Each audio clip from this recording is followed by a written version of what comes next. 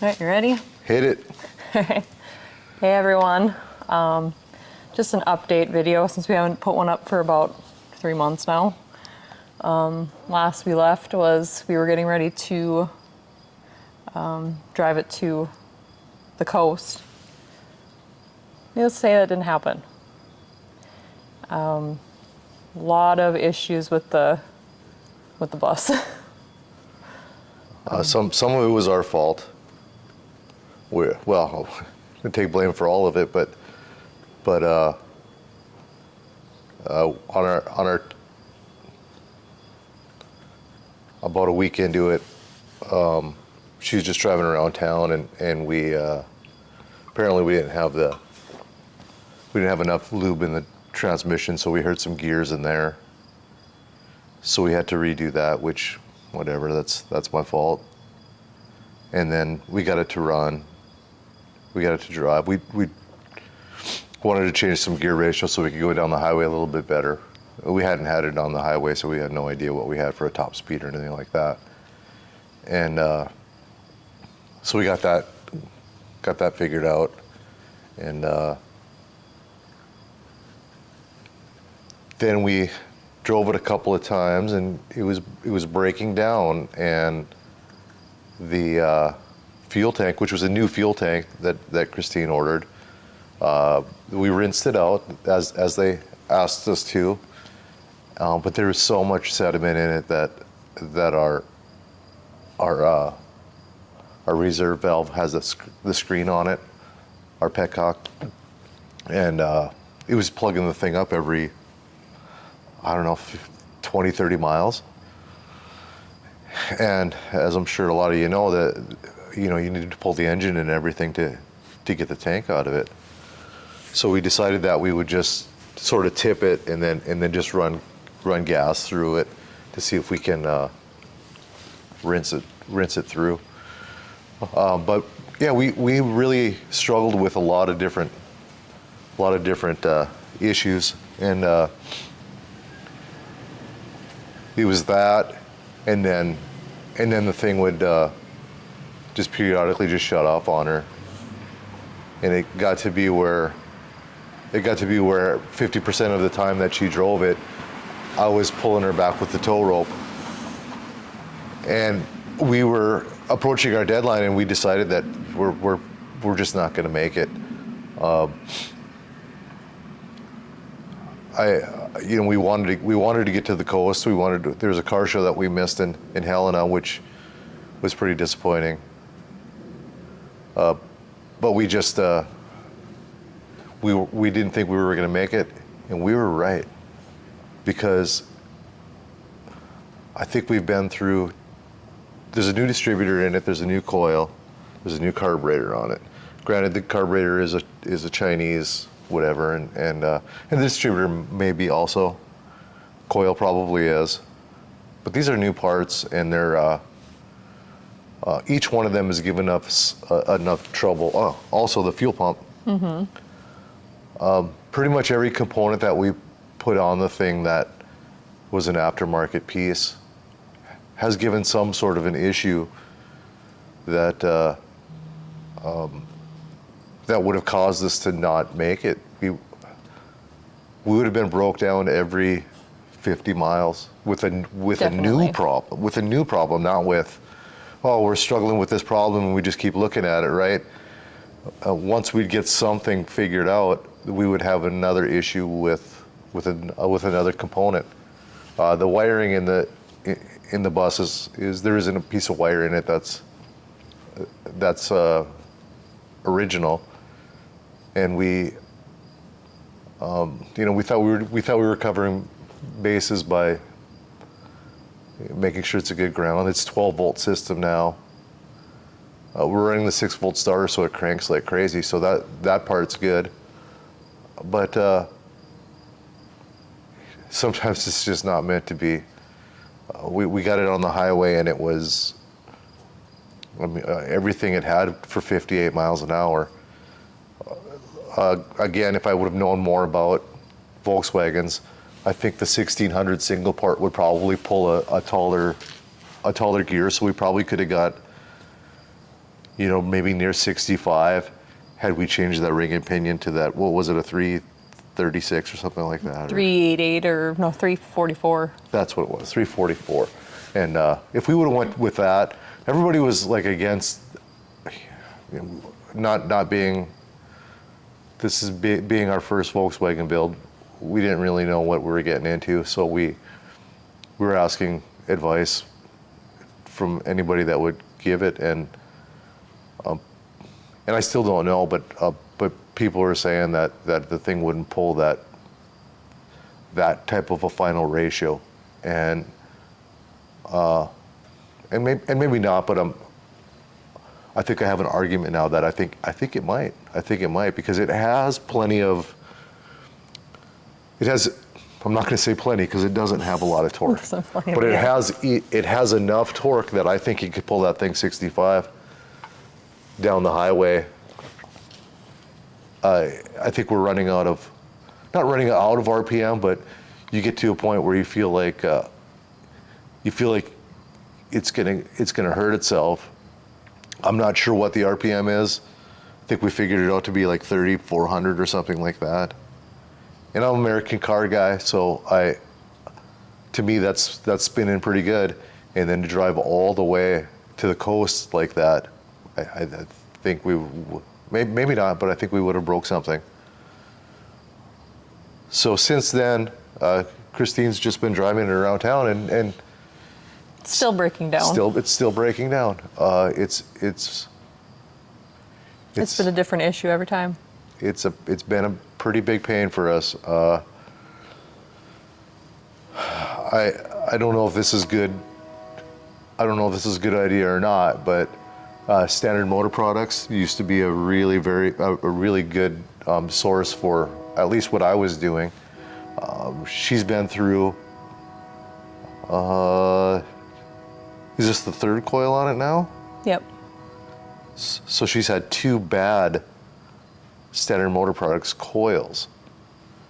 I'm not sure if with Volkswagen the coil mounts to the shroud area, and it's sort of facing down at like a 45-degree angle or so, kind of toward so the coil wire is kind of facing the distributor.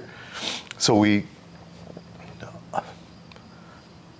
it's a possibility that these coils are oil filled, so it's a possibility that being upside down, we're leaving an important part of the coil that needs this oil to cool. We're leaving that high and dry. There's a possibility of that.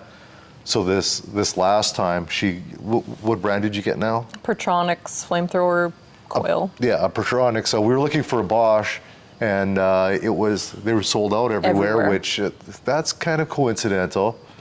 I think coils are probably a big deal on these things. So if you have intermittent issues, or maybe a cutout or the thing intermittently dying or whatever, don't rule out the coil. I think that's been our biggest issue. We also put points in it, Yep. Bosch points, because craziest thing is when it would sit there and idle, and we'd stand next to it and watch the thing, and all of a sudden it would start to shake, and I was like, by the time you'd get to it or whatever, it would start running well. I was like, I don't know if we'll get something in the carburetor or something, but I had this wrench in my hand because I had just set the timing on it, and I tapped on the housing of the distributor, and the thing started to miss. Now, why I did that, I have no idea, because I know it's mechanical inside there, and that's something old mechanics have always done with an electronic piece. If there's a solder inside of a module or whatever that's maybe not making really good contact, you just give it a little smack, and a lot of times the vibrations will move it around, and then your issue will show up. Strangely, when I tapped on the distributor, it tried to die.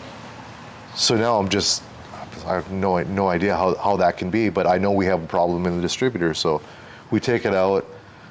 The points are 2 contact points that that are on lobes in the distributor. So as the engine turns, it turns the distributor, and these lobes come up and they just push a lever. And you got a point down here and you got a point up here, right? This point is hooked to the negative side of the coil. This point is grounded to the distributor. So what happens is when it's down closed off of a lobe, it charges this coil through this wire because you already have power to the coil. So no, this is the negative side. So you're just charging it up like a battery. And then when it comes up onto the lobe, opens up like this, now all that energy stored in the coil has nowhere to go, so it goes out the coil wire and to your distributor, to your rotor, and then out to the spark plugs. So points are very reliable. They rarely fail to the point where the vehicle won't run, and that's why I'm a fan of points. Thinking that we were going to go on this trip, if you have a file or a piece of sandpaper, you're going to get where you're going. It might not run fantastic, or might not be getting all of the spark that it could use, but you'll get where you're going. Old Harley guys were the same way when all these electronic conversion kits came out. They were like, man, I'm going to keep my points and I'm going to keep a file on my Harley, because an electronic piece will leave you stalled. This will still get to the next town or whatever and see if you can find points or whatever. If nothing else, I think a lot of people will take all their stuff so they can convert it back, or I don't know if any of that happens. I guess that's what, in my mind, that's something that we could have done is put an electronic conversion in and then just brought all of our points and condenser and all that stuff with, so we're not stalled on the road, because that's the last thing you want. So anyhow, that the points have to make a good contact. Same as a light switch, right? Same as anything that's carrying current. These things have to be flat, and so I get it out on the bench and on the vise, and I'm turning it, and you can see they're touching like that. A lot of times you just open the points up and you get in there and look at them, and you can see where they're touching. These things need to be square so they can carry all the current needed to charge that coil, and they weren't. They were junk. So we get some better quality points, and that fixed your problem for,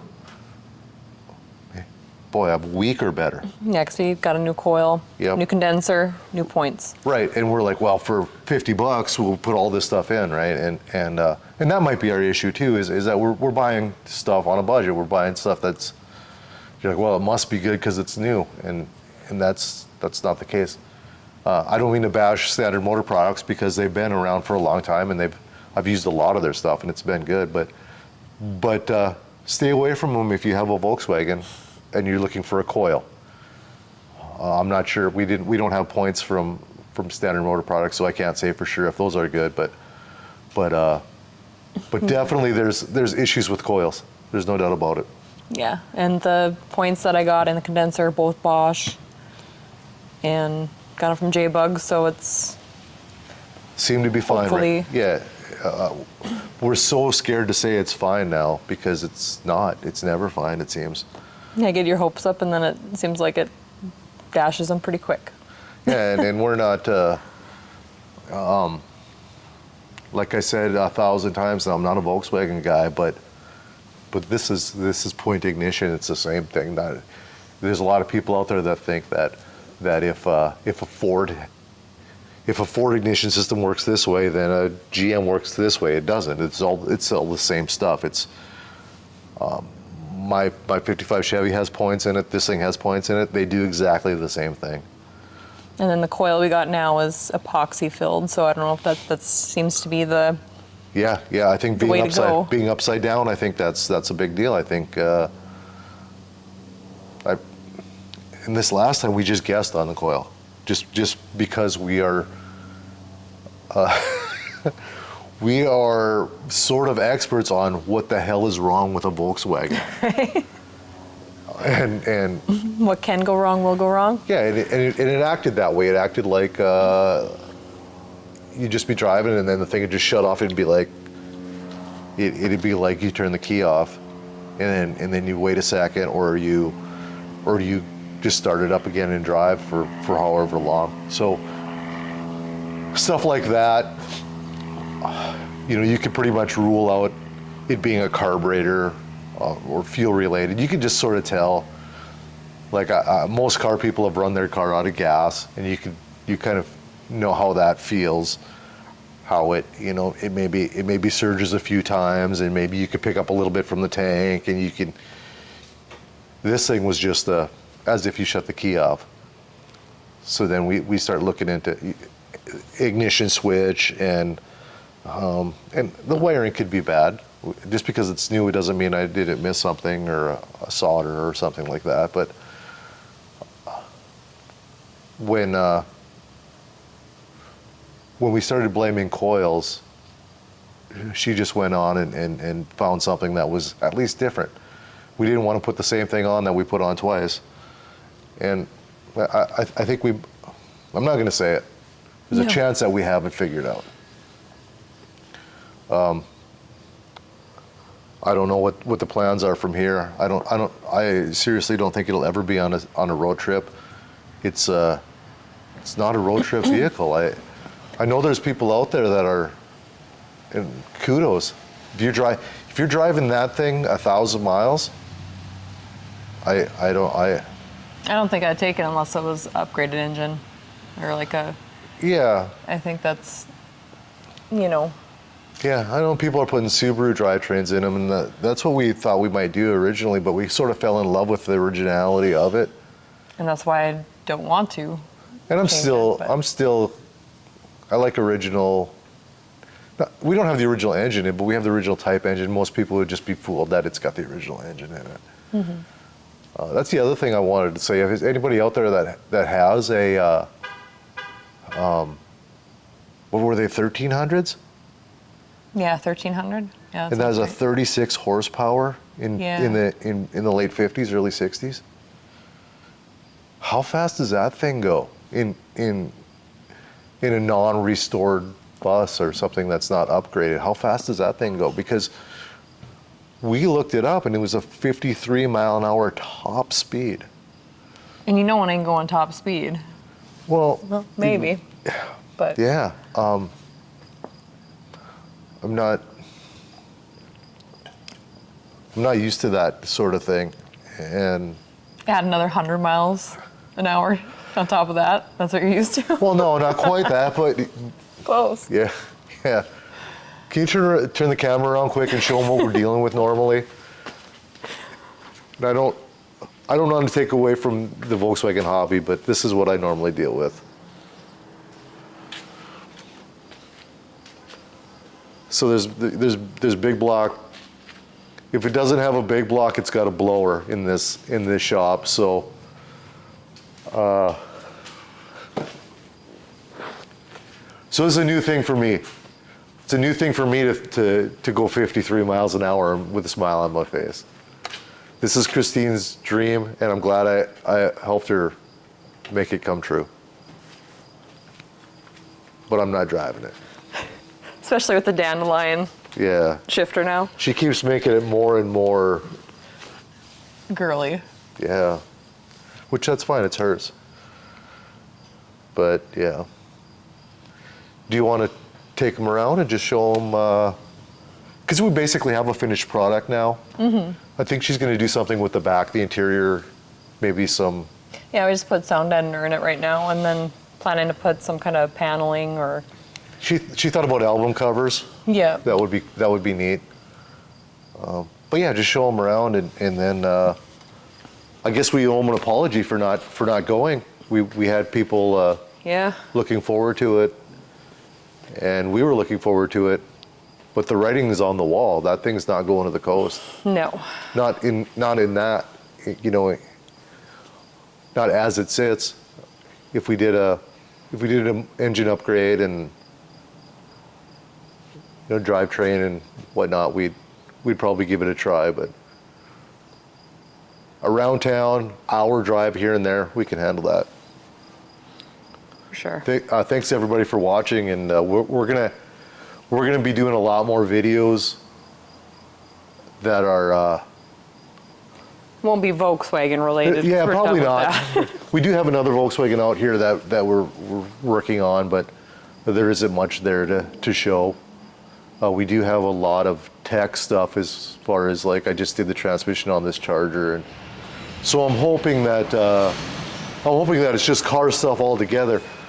There's a lot of people out there that are like, oh, I'm only a Ford guy, I'm only a Chevy guy, I'm only a Mopar guy. We get everything through here, and I like them all. I don't tell Christine, but I like the bus that's behind me right now. It's neat, it's cool, it's part of Car culture. it's part of car. It's a big part of car culture, a very big part. It's not my cup of tea. I like that it's here, and it's the reason we have a YouTube channel, honestly. Right. So, but yeah, if you could do the like and subscribe stuff, that'd be great. Mm-hmm. And please tune in for more videos. We're building all sorts of stuff from 30s Fords to this Mopar to some modern stuff, even some fuel injected stuff. We'll try to get as much footage of what we're doing here as possible. Thanks for watching. Yep.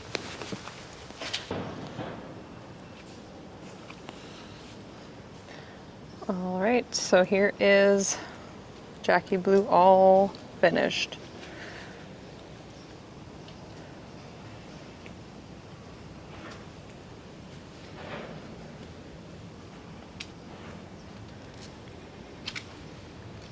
Don't mind the mess inside. As you can see, we got some carpet in and the sound deadeners in. Planning on just putting some paneling up and, like he said, some kind of maybe vinyl record covers, and that's an idea. And then the roof rack. It's probably my favorite part of it.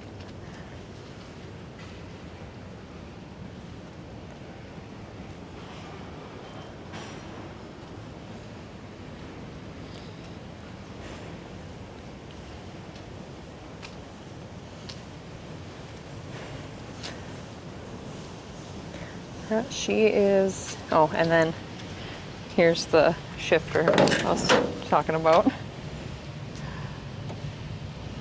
The reason that James won't drive it now. And my mom, she got me this little hula guy.